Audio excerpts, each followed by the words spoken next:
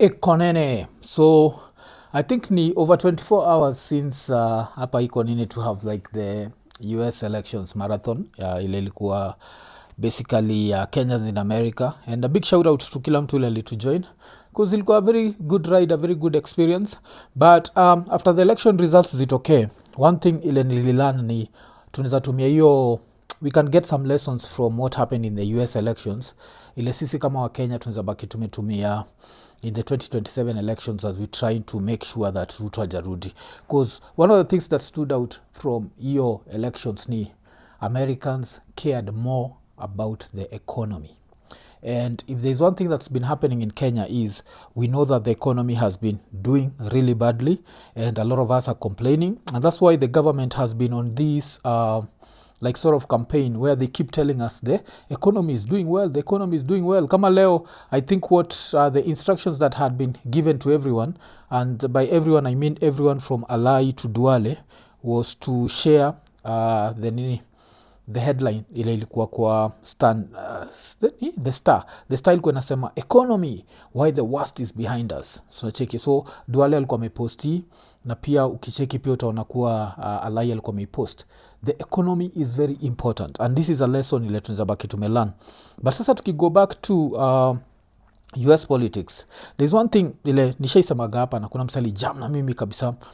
Nilikuwa nasema American politics is tribal, and I feel like what has happened with Kenya is the politicians are so bad at their tribalism that when we think about tribalism, we think about it in a negative way. Tribe ni a group, like everyone wants to be part of a group, and you can be part of a group if the tribal leader cares about the group. What happens with Kenya is the tribal leader never cares about the group. That's why utachiki mse kama Moi alikuwa president for 24 years in Baringo. The tribe supported him, but Baringo hakuna hospitals, hakuna drinking water, hakuna basically abject poverty. So this has been past. But sasa hii historia states every time naisemaga kukosagi msame jam na mimi, so nikamua let's hear it from the horse's mouth and tuone, yes, American politics is tribal, but somehow they are able to manipulate hii tribalism yao and turn it into something positive. Is this something that we as Kenyans can learn as we go ahead for about tukingoja the 2027 elections? Because what's going to happen is we are not going this elitist interview perception ama this elitist attitude that is haitatusaidia. By the elitist attitude, what I mean is Kenyans who believe that only educated folks are going to vote, and those educated folks, tribe means nothing to them. No, hiyo ni ujinga.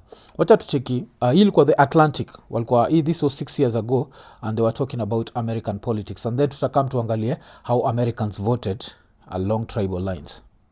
Human beings are tribal. We're hardwired that way. We need to belong to groups. The problem is when tribalism takes over a political system. Nacheki, when tribalism takes over a political system. And what has happened is, that's what is happening in Kenya. Tribalism may take over a political system, but now in the negative way, where we have very useless politicians who don't care about the bigger tribe. But acha tuendelee na history ya tribalism. What's happening now is something unprecedented. Whites are on the verge of losing their majority status.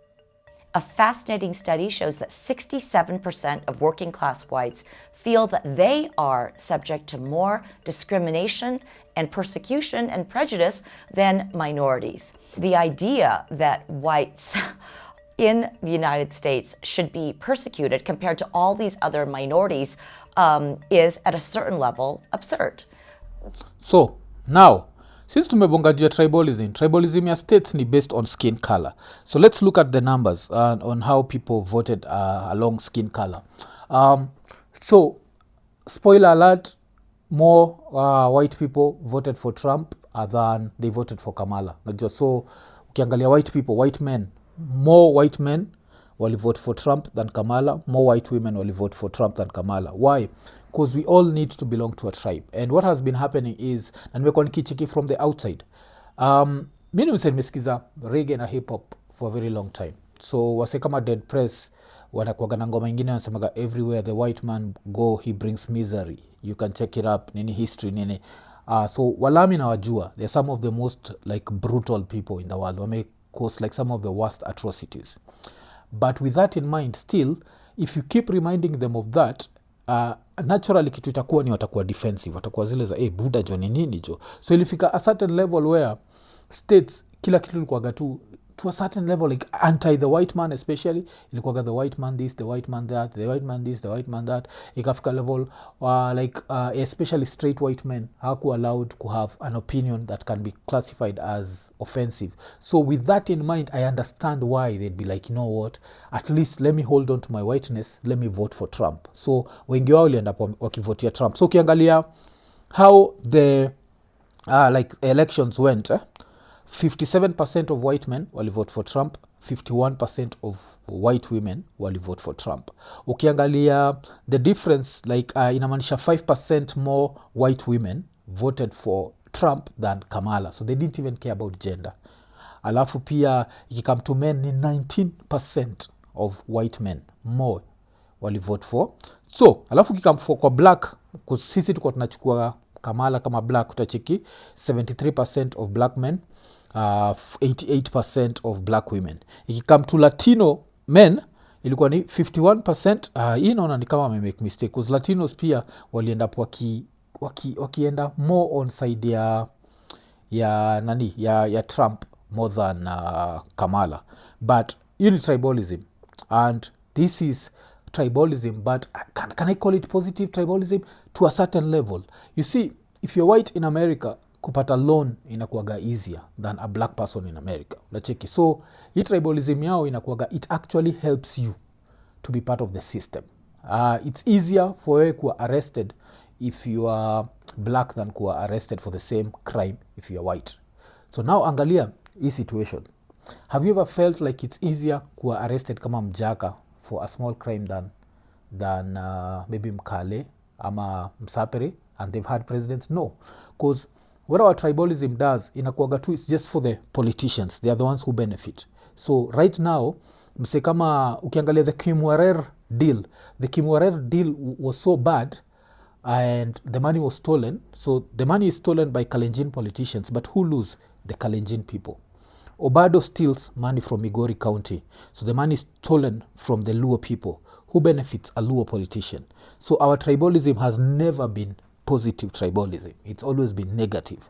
So one of the reasons ile Trump alishinda ilikuwa ni tribalism, because najua alipata the majority from his tribe, and that's okay. Now another reason why Trump aliwin pia ni nani, Kamala is such a bad politician. I don't know kama watu wanajuaga hizi vitu. Like kuna time Kamala alikuwa na do the Late Show, and umsa naitangwa nani, umsa waga na masikio ni Colbert, si tunamita Colbert. So alikuwa na do hiyo interview, alafu akaulizwa like, wewe kuna time umedebate umedebate Biden, and ukasema vile wewe na Biden mko different kabisa, you don't believe in anything, what. Alafu mother bala ya kujitetea na kusema the reason why saizi ana support Biden, she just started laughing it off, and she looked like a fool. Niko pale na shindwa like, mtu ana run for American president. And this also shows you how place kama states, the institutions are so strong that you can be basically dumb and useless and still end up ukifanya like ukifika heights kabisa. So check you mother, hii hautasikia swali, but hapa swali alikuwa maulizwa, uliongea mbaya juu ya Biden, kwa nini saizi unamsupport? Seem to be pals. It was a debate. Not everybody landed punches like you did, though. It was a debate. So you don't mean it? It was a debate. The whole reason, literally, it was a debate. It was called a debate. Atiki ujinga, it was a debate. Alafu that fake laughter gets on my last nerve. Sijui kwa nini you feel ni kama anani kufake hicho kilaughter chake. So this is one of the reasons pia wale lose according to mimi. New mother, she's not a good politician, she cannot articulate. Kuna time aliulizwa that most Americans wana feel ni kama economy ifanyi poa, wana feel kama cost of living imego high, so is there anything you do different from Biden? Akasema cheki vitu kama hizi like mtasemaje zi, try to come up na kitu, try to be a politician, try to pull some ish out of your ass. But now another thing ile ina happen imenibamba juu ya ase kukamin ni tukiangalia even the voting patterns. Another thing ile affect the US elections ni the Muslim vote. It might not be taken seriously, but vile na not just the Muslim vote but that extreme left vote, ile wase wamekuwa kichikuza extreme left inakuwaga na ubaya zake na tutabonga juu ubaya zake, but uzuri wake uwaga at least outright kutetea human rights. So kitu imekuwa ikihappen masaid za Israel versus Gaza, hiyo pia ilileta shida kusunachiki ni kama iko inasemekana ma Democrats ni kama wana sponsor genocide. So that was what was being said. So with that in mind, kuna watu wengi wale hawakuwa happy na kitu ina happen Middle East, wale walibaki wamestay away. So wacha tucheki like one of the things ile akina Trump wamekuwa kijichocha nayo ni watastop foreign policy ya states ya kuingia countries zingine na kuziambia what they need to do.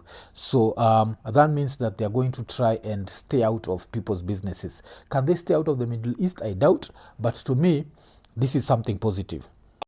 We have built a foreign policy of hectoring and moralizing and lecturing countries that don't want anything to do with it. The Chinese have a foreign policy of building roads and bridges and feeding poor people, and I think that we should pursue a foreign policy, a diplomacy of respect, and a foreign policy that is not rooted in moralizing. It's rooted in the national interest of this country. Because Ambassador Sullivan is at the lead of moralizing instead of pursuing America's national interest.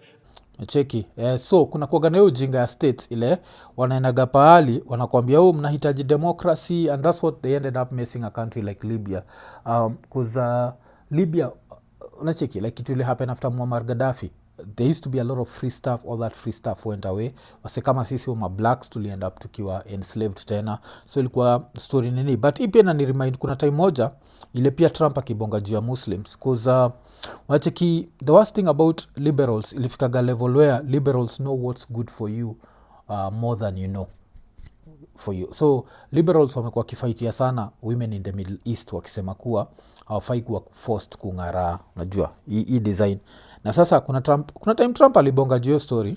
It's like I saw somebody, I won't even say because it's embarrassing. We want it where the women over there don't have to wear the you know what. And then I said, oh, well, that makes sense. That's nice. Then I saw women interviewed. They said, we want to wear them. We've worn them for 1,000 years. Why would anybody tell us not to? They want to. What the hell are we getting involved for? In fact, it's easier. You don't have to put up makeup. Look how beautiful everyone looks. Wouldn't it be easier? Wah. Right? Wouldn't that be easy? I'll tell you, if I was a woman, I don't want to. Wah. I'm ready, darling. Let's go. It's true. Wah, I'm ready darling, let's go. So liberals wamekuwa na ujinga ya kuambia wase like what's good for you, what's good for you. So Trump kwanza kusema that they're going to stay away from that. I think it's a good idea. But now another thing ile libaki me let down, of course ili let down what can I call them, the Democrats ni ku rely on polling ilikuwa inawadanganya that they stood a chance, and what ended up happening ilikuwa like it's too close, it's what, and that also comes back to Kenya. Nakumbuka ile time like kwa ODM walikuwa meka mpaka kiposta kinaonyesha sijui Raila iko na 52% na Ruto iko na 48. Because don't forget, as I talk about America, I'm also looking at Kenya, and I'm trying to tell you the economy is what people care about. And since the economy is what people care about, the economy is doing so badly that the only thing that these Kenya Kwanza assholes can come up with is taxation. The only thing they think about, they never think about job creation. Aufikiriaga juju ya taxation. Kwa job creation gani? The only thing wanaweza come up nayo ni story na inaitwa nini? Affordable housing. These are the same people. You can ask yourself, like, Kenya is a country of highly educated people, highly skilled people. What would happen to tax incentives to the Samsungs of this world? There is no Samsung right now. If Samsung can come and create 10,000 jobs, these are 10,000 people who are going to fucking pay taxes. Ukiambia kijinga fulani ati tunanid kupatia Samsung tax incentive, because Samsung is benefiting very little from this deal. It's Kenya benefiting. So wacha Samsung wakuje wapate tax incentives, 10,000 people get jobs. How many people do 10,000 people feed in Africa? Unajuaga, kids go to school, these kids end up this. You do that with Samsung. Unatoka kwa Samsung uko like who else can we talk to? Wacha China, apart from to build their roads, China has the best ikikam to like inaitwa power stations, portable power. Kujeni tengeneze hii. Apart from that, China tengenezeni backup ya JKIA. Hatunidi hizi generator za kutumia fuel. China watutengeneze hiyo, but apart from that, fungueni factory ya hizi batteries, hii itapatia access ya electricity to. But these assholes never think about that the fact that kama tutakuwa hapa tuna build hizi vitu alafu sisi ndio tunazi export to Uganda, tunazi export to what. So if you listen to an American politician, they always talk about creating jobs, and apart from creating jobs, they talk about reducing taxes. It's never about increasing taxes. But these assholes want to steal from you. But wewe, since pia umeamua ni story na negative tribalism, unabaki umeamua like so long as umseni wa tribe yetu hata kama ana fuck up ni sawa tu. But wacha tutoke hapo. So tumebonga juu story ya the way Americans cared more about the economy, because it came to Democrats and it came to liberals, it reached a level where I was uncomfortable. Shifika level ile unashindwa tulifikaje hapa. Liberals wamekam wakapanda to Hollywood so much that right now one of the most controversial subjects in the world is what is a woman, and this is courtesy of the liberals. Na hii ndio kitu liberals walikuwa wanataka normalize mpaka ifike level ukiuliza like mseka mimi I have a daughter, saizi nafaa kungoja kujua kama mtoto wangu ni daughter ama ni son. That's the world that liberals were creating, where you can just wake up. I think ilikuwa ni Piers Morgan. It's a simple question that now terrifies politicians the world over, and it's this: what is a woman? What's a woman? Well, what is a woman? What is a woman, out of interest? Can a woman have a penis? Facts are facts. Nasikia hiyo, can a woman have a penis? So ilifika hiyo level hatujui hata what is a woman. And this is disturbing because what happens with liberals wana controlling media, and the fact that they control the media, this ends up like being like any bullshit that they come up with ends up being like a global phenomenon. So when this nonsense of what is a woman and what is a man, alafu ikakam stories za sijui gender fluidity, when this came ilianza kuingia hapa Kenya. Nakumbuka like kuna time ilikuwa imeingia sana. Kuna udem aliyoko kama juzi Michelle Ntalami. Remember Michelle used to post like photos with her boyfriend, and her boyfriend your time I think alikuwa anaitwa Christine, I think by that time, yes. Kama tuko na mjana kama McKenna Njeri, then McKenna just wakes up one day and she says she wants to be called Chris Moreithi because she identifies as them. So in some fantasy world yake, she's also a dude. You're not a dude. Na hii just cause liberal America wamekwambia we ni chali, we si chali, kwenda huko, we ni dem, unzashika ball, we ni dem. And it's not about individual rights, it's about tunaanza kuallow insanity, and this is what ended up iki-affect liberals, because if you level like sasa mimi, as I was telling you, I have a 9-year-old kid. So my 9-year-old kid next week ana hang out na nis wangu iko 14 years old. These are 2 girls, but I'm supposed to be waiting for them to tell me if they are girls or boys. I'm the adult in this situation. So in nonsense ilifika level sasa ikakuwa too much. Alafu I think walikuwa nasema mpaka wanataka kunini, walikuwa nasema wanataka kufanya watoi mtoi atakuwa anaalauiwa kusema kama anataka surgery, and surgery itamu alt kabisa. And ungecheki everywhere that nanel kwa naenda, like the liberals were going, all they talk about was gay rights. Alafu wasa wako hiyo time ya buda jo, mina try kusurvive.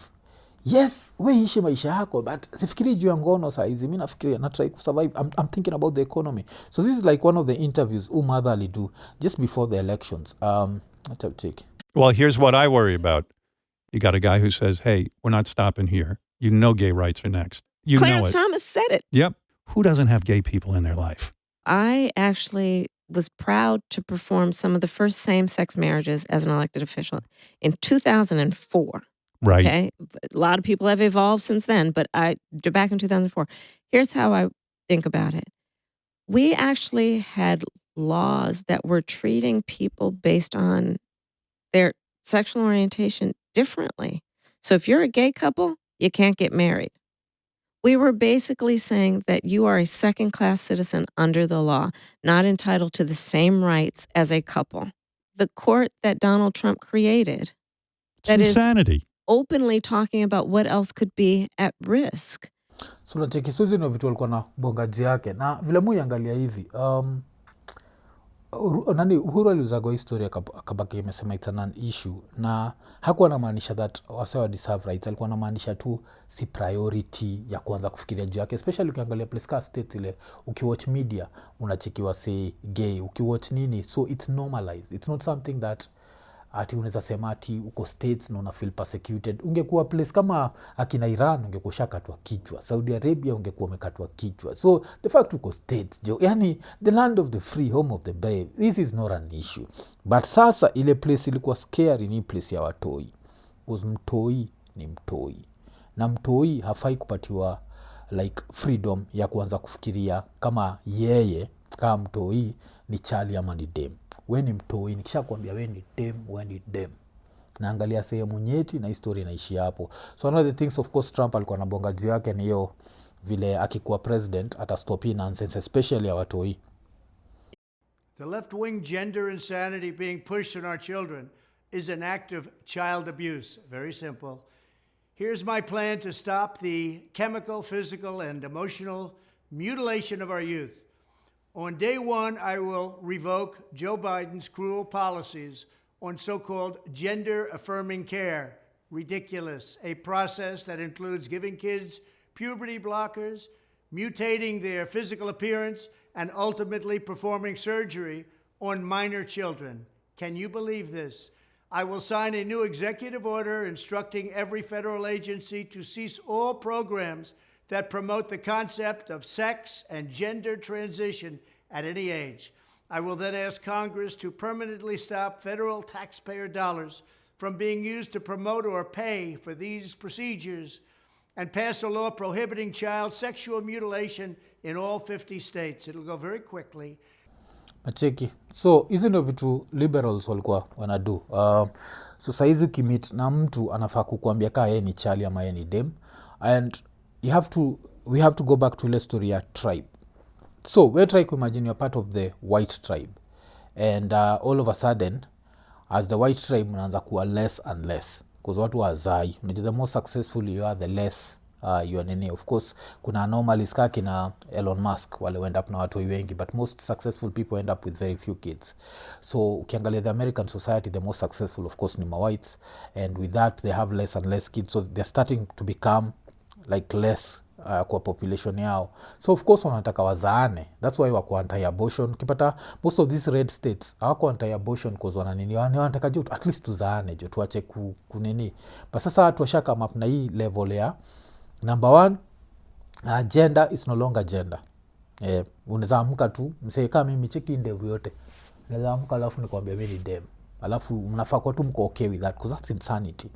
That's insanity. That's hakuna story ingine. But sasa hatuko allowed hata kusema hivyo. The same thing ile nasema saa hizi nikisema na Kilami imetosha hii channel yangu ibaki mnacheki. So that's how messed up this is. Like ilifika level hamwezi have conversation. Alafu mki have any conversation. So liberals waka create a world where people have to walk on eggshells. And don't forget, in the land of the free, home of the brave, apart from kucreativo waka come up na hii cancel culture ile ukimake mistake moja you are banished forever, you can never be forgiven, go away. Alafu waka come up na kitu fulani ile ni very loose, inaitangwa emotional abuse. Emotional abuse inakuwa a very loose term cause nikikuonyesha madharau alafu baki umechukua kama emotional abuse, nao unaweza enda pahali useme mtu alinionyesha madharau, alafu asisa nionyesha madharau sitokagi kwa hao mulia kutoka asubuhi mpaka jioni, alafu now the liberal society kwa cancel umse juu alikuonyesha madharau. So ikakuwa ni kama nini like everywhere huko iko nini wanaitanga ni trigger, things that trigger me. So mpaka kuna trigger warning, these things trigger me. Ukisema vitu zile zinibambi zinani trigger. So hii elections ya so ukiangalia una notice ilikuwa ni nonsense ya liberals, but sasa tukicome back to Kenya because the economy, this is the only way kuchapa umsi. And kitu moja naweza sema ni apart from kumchapa, if you really want this guy out, one of the things unafaa kufanya ni on an individual level unafaa kuwa una recruit new voters. Cheki, mi siwezi kudanganya, for 2027 nishaanza tu ile within kwa familia, nephew lazima vote, 2 nephews lazima vote, alafu kuna my niece, those ones are going, those are 3 new voters that were never there. Who will they vote for? Not Ruto, the other guy. Who is the other guy? I don't care. Because hii nonsense ingine pia ya ageism that the next president has to be Gen Z, tuache hiyo jinga. Hawezi kuoko online na support Trump who's 78, then unakama hapa Kenya unasema the leader has to be young. Youth and being young has nothing to do with good leadership. You can be old and be a good leader. So mi kile najua ni 2027, who's the other guy? And what are we running on? We are running on the economy. Give me some ideas on the jobs you're going to create. This is a third world country. A third world country has 1 million job opportunities. Millions and millions. Why?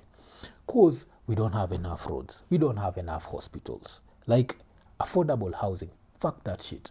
Make Kenyatta Hospital what it's supposed to be. Kuna photos zimekuwa zikigo round ya za Kilifi. I think ni udem anaitwa Ilhan. Ati Ilhan, shit. Hanifa. Isa nilikuwa nafikiria juu Ilhan juu ya Minnesota. So Hanifa alikuwa na post photos, I think ni Kilifi Hospital, and it just looks bad. So these things, we can like build these things, and these are all job opportunities. We are building more hospitals. We are doing what? Alafu factories. Alafu this is the, tunajitanga the IT hub ya Africa ama East Africa. Why is it? So hii jinga, like the only thing we can come up with is how to tax, never how to create jobs, never how to create opportunities. That has to stop. So that's the one thing ile tunaweza learn kutoka kwa wale wase. Like the economy is very important, and that's the reason why unachiki liberals will lose, because when akawa na focus more on issues that not everyone takes seriously. Not everyone is going to deal na mtoi ameamka asubuhi akaangalia deki akasema yeye ni dem, ama mwingine amekaa amejiangalia chini afu akasema yeye ni boy. Not everyone will deal with that, but one thing sisi wote tunadili nao ni an economy, and as things get more expensive, as life gets more expensive, unacheki. So there are all these things. So yeah, so looking forward to 2027 and itabaki tumeche kile kitu ina happen. But another thing ile tukimalizia hii story, other countries copy other countries, and one of the saddest things nimeona ni Mozambique wamecopy Kenya. Right now Mozambique has makarau wanatembea kama wamefunika sura, alafu they're just terrorizing neighborhoods. I don't know why I did not should have reposted your video, ningebaki nimekuonyesha, but makarau wanatembea kama wamejifunika hii design ya Kenya so that they can kill protesters, because of course huko kulikuwa na rigging, and that's the sort of rigging ile na expect to happen in the year 2027. And that's why nasema we try to imagine if all of us were to commit to recruiting 6 new voters. So mi vile nakwambia hawa 3 si account, I still have 6 wale na need ku recruit from outside my family, and that's the same thing ndauliza mse kama RAPCHA, ndauliza Ian, ndauliza Zach. Like sisi wote tukidu hivyo, nawe try kumagine ukiwa mtaani udu hivyo, tunaweza baki tumechange country, because what tunataka ni yes, at some level mnaweza vote tribally, but let's vote for the best, and let's vote for the best interest of the tribe. This is what I normally say. If tribalism worked in Kenya, kungekuwa na hospitals in Murang'a, hospitals in Nyeri, hospitals in Eldoret, Baringo, Nini. It does not work.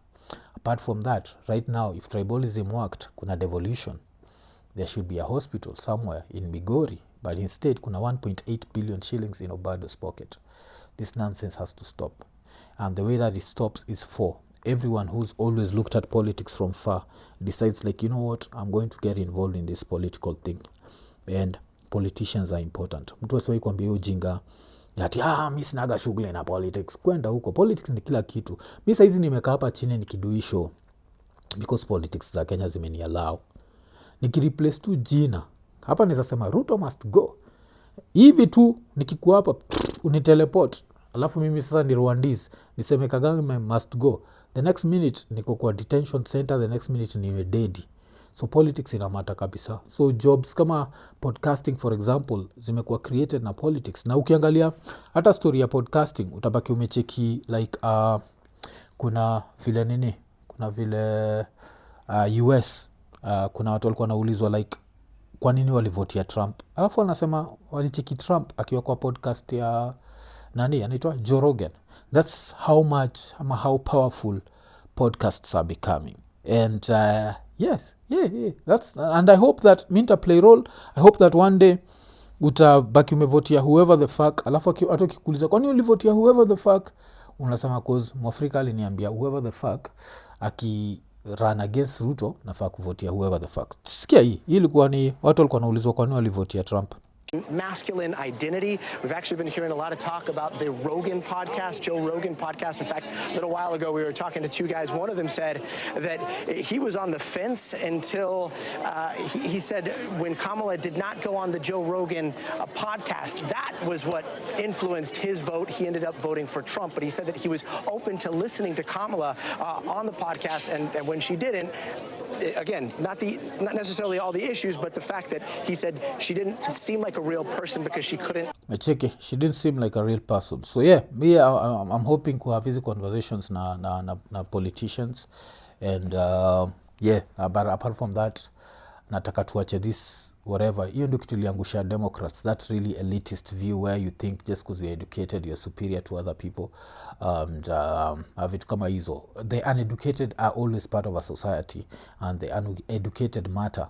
And yes, kuna hizo nini, kulikuwa hata na hii study imetokea sijui white people with degrees wali vote for Democrats versus white people without degrees. Hiyo ni ujinga. Lazima ujue the majority of Kenyans are basically illiterate. Apart from them being illiterate, kuna the aspect of they believe that kushamnunulia unga ni poa.